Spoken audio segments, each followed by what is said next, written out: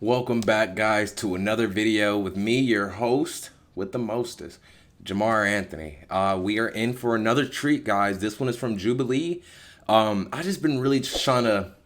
Today, I've been searching for something with some substance, and looks like God led me to a good one. I was kind of reading the comments before I got into the video just to kind of make sure that the content was something worth talking about, and just based on the reactions I'm seeing from a lot of the people in the comments, this may be a good one. So it looks like this video is called "Do All Black Men Think the Same?" by Jubilee. It's their little section called Spectrum. I can't say it enough how much I love these people's content. If I could react to every single one of their videos, I could, or I would, but I don't know, maybe they would like that. Maybe people reacting brings more attention to what they're trying to do. So without further ado, let's get right into it. Black men that date white women, there's something different, and there's nothing wrong with that. But you know what it is. Like okay, Childish Gambino, I can see that. Jordan Peele, okay, I can see that.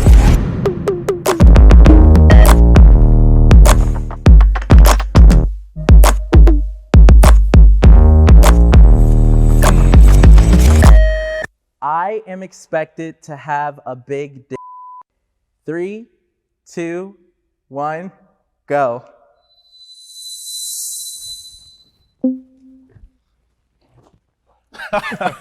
Nobody Nobody disagrees. Yo, yeah, I feel like it's a stereotype, and we know that stereotypes aren't realistic. But I mean, personal encounters, I don't feel like there's leeway. I feel like, okay, that one we're keeping. Like, that's what the general notion is. I think it gets into the issue of positive and negative stereotypes and how people need to realize that there is no such thing, because what you do is you put people into a box where they're expected to live up to a standard. And I feel like it's over sexualizing Black men. You should want to date someone more for the pleasure physically that they can bring to you. And I know I've talked to people personally who will be like, oh, you're lucky you're Black, you have a big member. And I'm like, well, I have other things to offer too. Like, I'm well-spoken, I have a good sense of humor, I'm well-traveled. Like, you go straight to like what's underneath my zipper. Yeah, I mean, that's been my experience a lot of times, especially, meeting different people. That's the expectation. And I just tell them, 2-inch Punisher, don't expect too much. I'm just joking, but it's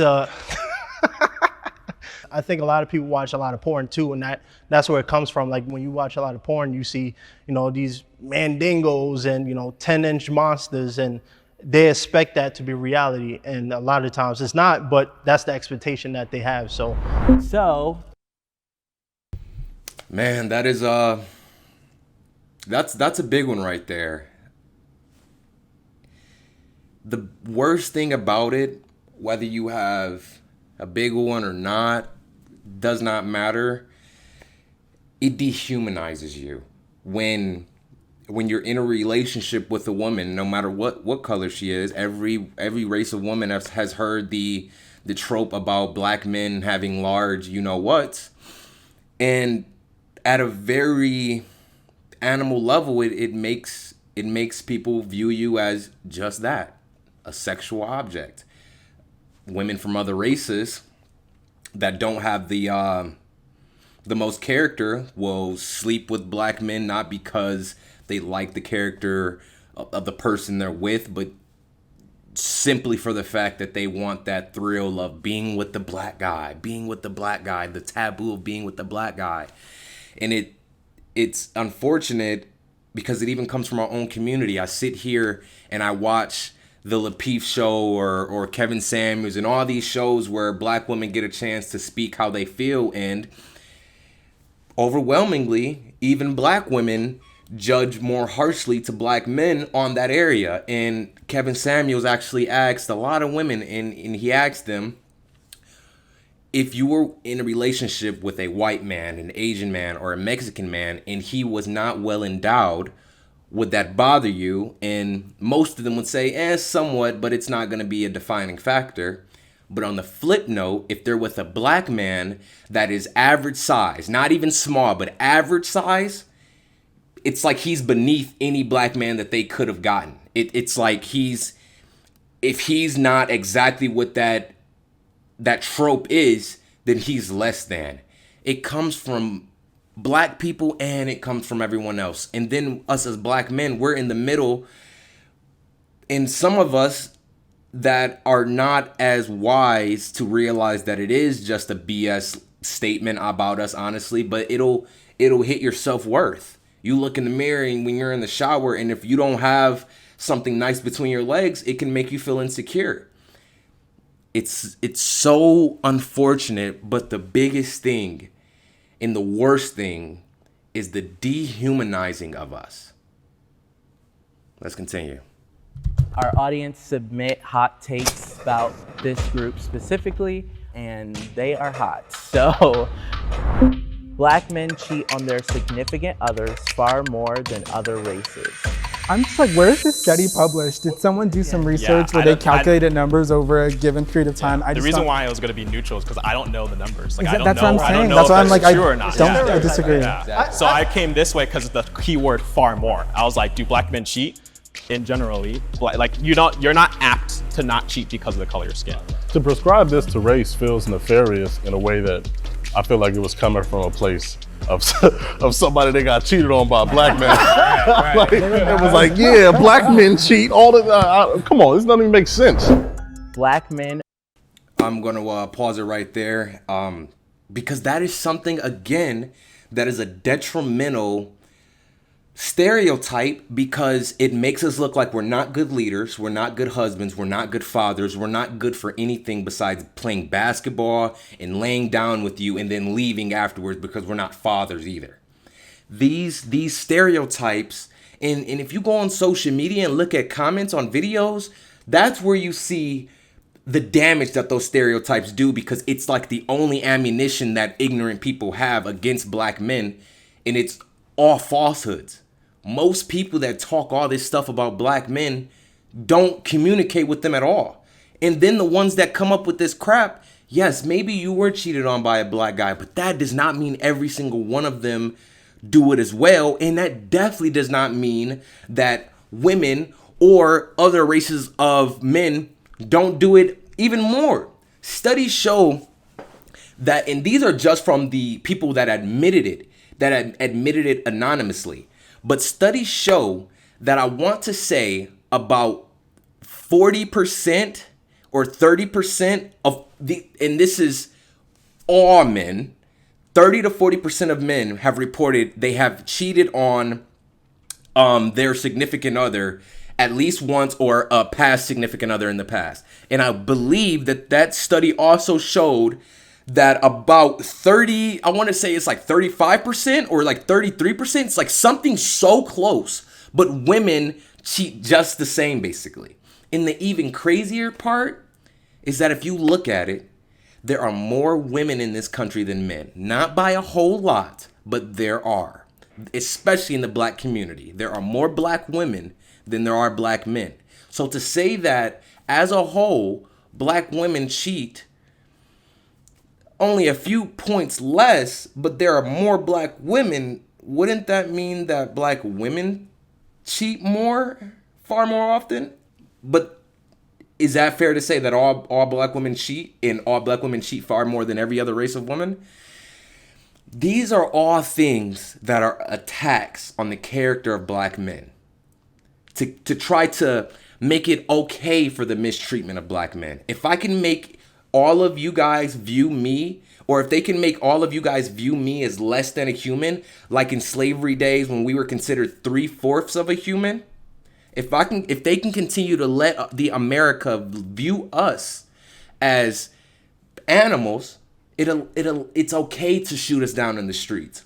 It's okay to put my knee on your neck because you had to have done something wrong. I mean, all black men are evil by nature, right? Right? We're just full of lust with our Big Johnsons and just full of lust and just running amok. Be careful, guys. Listen to how they want you to think of me. It's very easy to kill people that look like me when all of you view me as an animal. Let's continue.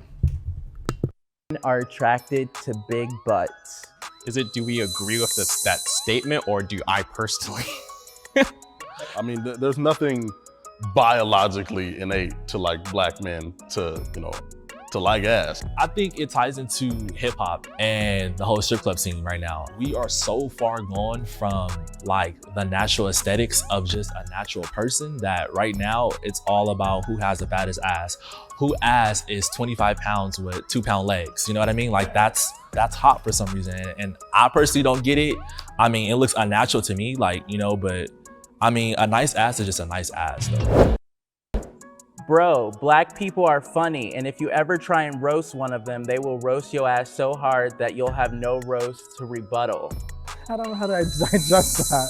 I get what he's saying. I think black people as a collective are funny. If you go to black Twitter, if you go to black Instagram, black Facebook, like you're going to laugh. So I think that in that aspect, that's why like that statement has so much truth in it, because you just, it's like, So I guess it's like the question is like, black people as a whole, are they funny? Or is like any black person gonna knock your ass off because he's super funny? Like, I think that's just the difference. Yeah. Black people as a whole, like, yeah, they got jokes, you know, it goes back and forth, cool. that's why I said as a But collective. don't think that any black person you go to expect like a really good joke, you know? I'm glad the brother that just said that, he said that, yeah, like obviously the black community is a very funny community. And actually I was just watching Joe Rogan speak with Jordan Peterson. And the reason I guess you can say a lot of black people are funny is because to even be funny, you kind of have to go through some stuff. It's people that come from a lot of easiness, a very easy life, wealthy parents, typically aren't the funniest or the most charismatic. It sometimes building character and building charisma. Sometimes you got to go through some stuff. Sometimes, you know, a lot of comedy is funny because you're essentially deconstructing a bad situation and finding the humor inside of it. It's kind of hard to find humor in something that's just all, excuse my French, but all shits and giggles, you know? It's kind of hard to find the comedy in something that has no bleakness to it. And another powerful thing I just learned is if you grow up in an area that is very tumultuous, a lot of fighting, whatever it may be, the opposite of fighting is laughter. If you are in laughter, you can't fight. And I think a lot of people in the black community, you live in households that it's dysfunctional, in toxic areas, toxic environments, not safe. Sometimes the only thing you have is a smile. Sometimes the only thing you have is to crack jokes on somebody. You know, when you and all your friends are all poor, you don't have anything, and the nicest thing you got is a pair of sneakers. You know, you gon' crack jokes and everything to make light of the situation. It just happens. Let's continue. N-word should stop being used by all races. 3, 2, 1, go. That's hard. I just think the N-word, when you look at the root of the word, even slaves would use it to describe other black people when accepting their supposed oppression. So I just think, when I think about that, I don't think you can do anything to erase the history and the blood that's been shed on that word. There are so many people who the last thing they heard was the N-word as they were being murdered. So when I think about that, yes, I think the word should stop being used. Personally, me, I feel like it kind of starts with us. The fact that we make it so cool within music and within like entertainment that it lets other people feel like they have a pass, or that it's okay because my favorite rapper said it, or I heard it here, or you guys say it all the time. How come I can't say it? But at the end of the day, it's black culture pain. And if anyone's going to be using it, it should only be us. And that's it. You can't really own a word. I think, you know, we can own it in the sense where it's a black cultural thing, but the idea where we kind of make it out to where we say like, oh, other people can't say it, I think that's more of like a insecurity within the black culture of not being able to hold power, because historically, it's like, right, historically, black people didn't have as much power, so we're trying to hold on to literally a word that only has meaning because we add meaning to it. I mean, respectfully, I ain't trying to hear that, right? Like, I feel like the only reason it's policed so much, and I feel like the only reason we even have like this debate or this debacle over whether we can use it or not is because we're black people. And I'm not one of those people that think everything is racist and all that, but in this specific instance, right? In several instances, women in many instances have reclaimed the word bitch to be a term of endearment. There are, in the 90s, there was heavier women reclaimed the word fat, obviously respelling it and things like that. But I feel like in those instances, nobody bats an eye. Why is that understood? But with this, it's so confusing. Like, oh, I don't know if like, you know when there are boundaries set. And that word is one of the boundaries that I think we have respectfully and rightfully set up for ourselves. So I don't want to, I'm not trying to hear the like, if we use it, why can't it? We do that all the time with a bunch of different things. And I don't think this should be one of the areas where we're like, yeah, let everybody, I'm not. Well, I think it goes back to where you're saying boundaries. Because when you break down to inner communities where, you know, blacks and Asians, blacks and whites in hip hop culture, where there's like, it's 5 group of friends and their black friends don't care. They're like, say it. Like that happens. So it's like, we're having this broad conversation, and you know, I know all of us aren't trying to be the spokespeople for black people, right? But it's like, it's such a convoluted, I guess, topic where it's like the expectations aren't clear to people depending where you are. If you're on the East Coast, West Coast, like it's very unclear. That's what I think.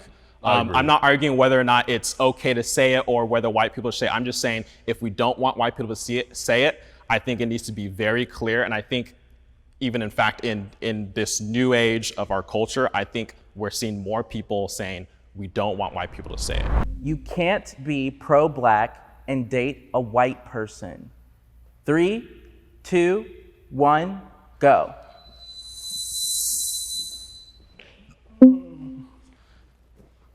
I think really the issue with this statement is, for me, if you are a stand-up person and you stand up on your morals and your character, it doesn't matter who you date. And I think a lot of the issue is a lot of people get into, you know, interracial relationships, or they date white people and they forget who they are. And if you are pro-black, it doesn't matter if you're dating a black person, a white person, because you can date a white woman and a black woman and still not even be for the cause. So I really think it's up to the person if they stand on their morals or not. I agree to a certain extent, but personally me, I feel like if you're pro-black, you're pro-black for everything. Like, you're for the advancement of the race, you're for businesses, you're for everything black.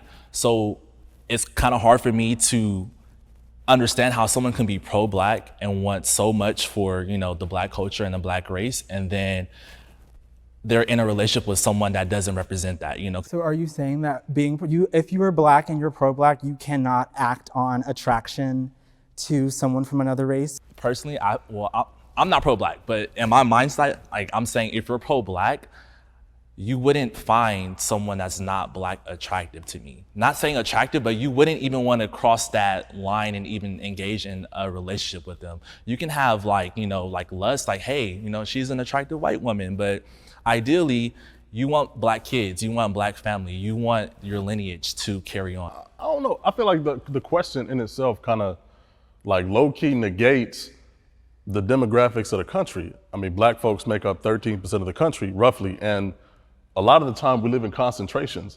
So, you know what I'm saying? If you in Iowa, it's gonna be a little tough to find you like a black woman, especially somebody that might identify as pro-black with you. So I think it depends on what you do, not who you decide to be with. My first response to that is like, what's the point of looking at people differently? It's like we get upset that people do it to us in generally, like looking at black people and judging them and stereotyping them and making assumptions about them.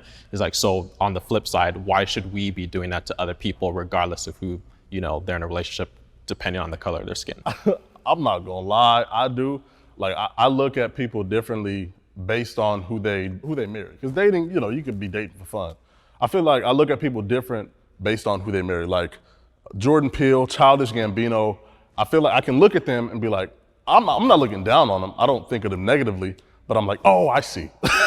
And like, oh, okay, I see, like, because like black men that date white women, there's something different, and there's nothing wrong with that, but you know what it is. Like, oh, okay, Childish Gambino, I can see that. to kind of paint a picture, he's saying that they're kind of nerdy, corny, not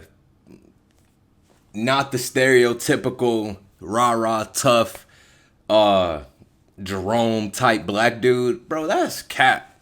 That's cap, bro. I'm not gonna hold you up. I'm not no Jordan Peele. I'm not no Childish Gambino. I'm real through and through, and I know that. I know that how I was raised. I know that from the brothers I keep around me. My wife is white, but I don't view her just like Lindsay. To me, honestly, I'm not gonna hold you up. Lindsay is just Lindsay. Like, she's not. She could be Asian. She could be Mexican. She's Lindsay to me. It's nothing. It's nothing truly about her that, like, just being white is like, oh my God, I want to be with that. Like, so brothers like him, they don't really know what they talking about. I'm not gonna lie to you. They don't know what they're talking about at all. My wife is white, yes. But I would say she does more things concurrent with the black community than I do concurrent with the white community, as far as like music or anything culturally. It's literally her. It's literally her jumping over and really diving into my culture.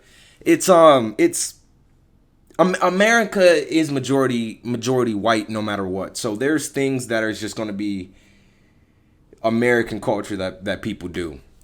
But to say that you're a certain type of black dude because you're with a white woman it's just like, it shows that you are not very experienced, very immature. You've only seen one way of life. You've probably never lived in multiple states before. I've lived in Michigan. I live in Arizona now. And the biggest thing that these brothers not talking about, especially the brother over to the right talking about children and everything, when a black man has a child with a white woman, that kid is black. That kid's black. You're being treated like black. White people having kids with other white people is white. A white person having a kid with a Mexican, depending, how fair they are, they may be able to pass for white. There is not another race that blends with black that is not still called black. Black and Asian, that kid is called black. Black and white, kid is called black. Black and Hispanic, black. Our melanin dominates all of that. Unless you're already a very fair-skinned individual, our melanin dominates all of that. So our children are, my child with my wife, they're going to have to deal with the black experience. Yes, they are going to be maybe a little bit fair-skinned, but I doubt it, because my little sister is multiracial and she's black. Yeah, she's light-skinned, but she's black. So these people trying to act like the person that you're with as a black man has to change you, like we have no strength, like we have no influence. That is like, it's like they're diminishing who they are. Just because you're a black man and you're with another race does not mean that race trumps everything else. That is not how it goes. And honestly, most women that want to be with black men, besides all the sex stuff, black men are some of the most agreeable in relationships, even though they claim that we cheat all the time. Most women claim that black men in today's time are great fathers because we're there. Yeah, a lot of us don't have jobs that you work 12, 14 hours or whatever, but the black men that I see in today's time are trying their damnedest to get rid of all of those stereotypes that people have tried to throw on us for our entire life. I was born in 1995, and I promise you, from the time that I could even realize what was happening, I've been hearing all of this crap. I'm going to say this. Obviously, all black men don't think the same, but I'm so proud of these men having this dialogue. I'm so proud of these men sharing how they feel about this stuff. It's beautiful to me to hear black men being able to express ourselves for ourselves, not black women telling people how we are, not white people telling people how we are. We speaking for ourselves. And black men, if you are watching this, I don't care if this is today, next year, 2023, 2024, I don't care however long this is up on YouTube. Black men, start speaking for yourself. Start telling people that we are not a monolith. We do not all think the same. A white man is able to enjoy hip hop like Eminem, or be a Western action star. Like the white men are able to be from left to right. They're able to do everything. You are too, black man. You are too. You are able to be whatever you want, marry whoever you want, and you are no less than nobody else. And you do not have to apologize for being you. You are just as worth it as everybody else. All these BS stereotypes, they want you to think a certain way, young man. They want you to think a certain way about yourself. A lot of us are waking up, and I'm thankful. I'm thankful to God that we are. Guys, that'll be the end of today's video. Please do me a favor and go to Jubilee, subscribe, watch their videos. They are awesome. They make great content. It's another video from them that I'm definitely going to be reacting to maybe tomorrow. But man, this was truly beautiful. I commend all these men on this panel sharing their experiences, sharing how they feel about this, and having the conversation. Guys, feel free to follow me on TikTok. That's at Jamar Anthony. Follow me on Instagram, Jamar Anthony, and catch me on twitch.tv for some video games, GTA, and other things to like. Until next time, guys. Peace.